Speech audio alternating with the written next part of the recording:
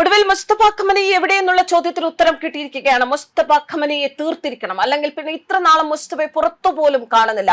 Saudi Arabian മാധ്യമമായ അൽ ഹദത്ത് Israeli പറയുന്നതനുസരിച്ച് മുസ്തഫ ഇറാനിൽ ഇല്ല.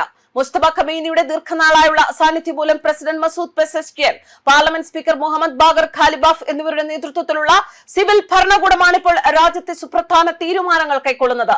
ഇതുവരെ പുറത്തുവന്ന മുസ്തഫ ഖമീനിയുടെ എല്ലാ ഔദ്യോഗിക പ്രസ്താവനകളും സന്ദേശങ്ങളും അദ്ദേഹം നേരിട്ട് തയ്യാറാക്കിയതല്ല. ഇസ്ലാമിക് റവല്യൂഷണറി ഗാർഡ് കോർപ്സിന്റെ പുതിയ മേധാവി അഹമ്മദ് വാഹിദിയും മറ്റുന്നത കമാൻഡർമാരും ചേർന്നാണ് ഇവ എഴുതി തയ്യാറാക്കുന്നത് എന്ന് ഇസ്രയേലി രഹസ്യാന്വേഷണ വൃത്തങ്ങൾ. പശ്ചിമേഷ്യൻ യുദ്ധവും ആഭ്യന്തര കലഹങ്ങളും മൂലം അതീവ കലുഷിതമായ അന്തരീക്ഷം നിലനിൽക്കുന്ന ഇറാനിൽ നിന്നും അന്താരാഷ്ട്ര സമൂഹത്തെ ഒന്നടങ്കം ഞെട്ടിക്കുന്ന പുത്തൻ വെളിപ്പെടുത്തലാണ് ഇപ്പോൾ പുറത്തു വന്നിരിക്കുന്നത്. ഇറാന്റെ പുതിയ പരമോന്നത നേതാവായ അയത്തുള്ള മുസ്തഫ ഖമീനി നിലവിൽ ഇറാനിൽ ഇല്ല എന്നാണ് സൗദി അറേബ്യൻ മാധ്യമമായ അൽ ഹദത്ത് ഇസ്രായേലി സുരക്ഷാ വൃത്തങ്ങളെ ഉദ്ധരിച്ച് റിപ്പോർട്ട് ചെയ്യുന്നത്. ഫെബ്രുവരി 28 നടന്ന US ഇസ്രായേൽ സംയുക്ത വ്യോമാക്രമണത്തിൽ പിതാവ് അയത്തുള്ള അലി ഖമനി കൊല്ലപ്പെട്ടതിന് പിന്നാലെയാണ് 56-കാരനായ മുസ്തഫ ഖമീനി ഇറാന്റെ പരമാധികാരിയായി ചുമതലയേൽക്കുന്നത്. എന്നാൽ അധികാരം ഏറ്റെടുത്തത് മുതൽ ഇന്നുവരെ ഒരിക്കൽ പോലും പൊതുവേദികളിലോ ഔദ്യോഗിക മാധ്യമങ്ങൾക്ക് മുന്നിലോ നേരിട്ട് പ്രത്യക്ഷപ്പെട്ടിട്ടില്ല എന്നത് ലോകമെമ്പാടും വലിയ നിഗൂഢതകളാണ് സമ്മാനിച്ചത്. ഈ സംശയങ്ങൾക്ക് ആക്കം കൂട്ടുന്നതാണ് പുതിയ സുരക്ഷാ റിപ്പോർട്ടുകൾ.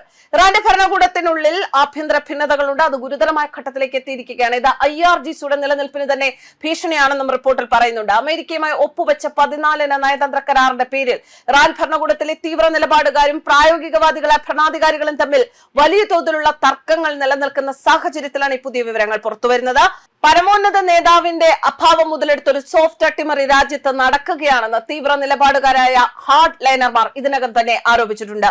അതേസമയം ഇറാൻ തങ്ങൾക്കെതിരെ വീണ്ടും ആക്രമണം നടത്തിയാൽ പോലും അതിനുള്ള പ്രത്യാക്രമണങ്ങളിൽ ഇസ്രായേൽ നേരിട്ട് പങ്കെടുക്കുന്നത് അമേരിക്ക തടയുകയാണ് എന്ന മറ്റൊരു നിർണായക വിവരവും ഈ റിപ്പോർട്ടുകൾക്കൊപ്പം പുറത്തു വന്നിട്ടുണ്ട്.